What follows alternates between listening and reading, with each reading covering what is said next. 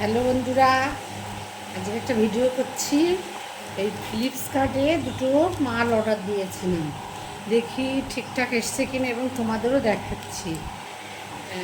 একটা দিয়েছিলাম কর্পূরদানি, সন্ধ্যাবেলা যে কর্পূরদানি আছে না, কর্পূরদানি দেখি একটা খুবই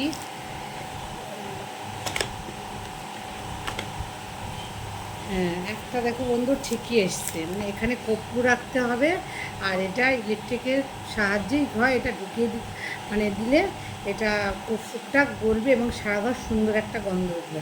এটা ঠিক এসছে। এইবার আরেকটা খুলি, আরেকটা দিয়েছিলাম সাবানের দানি। হুম, দেখি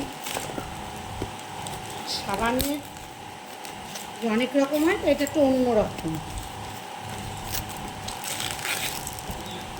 মানে জলটা বেরিয়ে যাবে।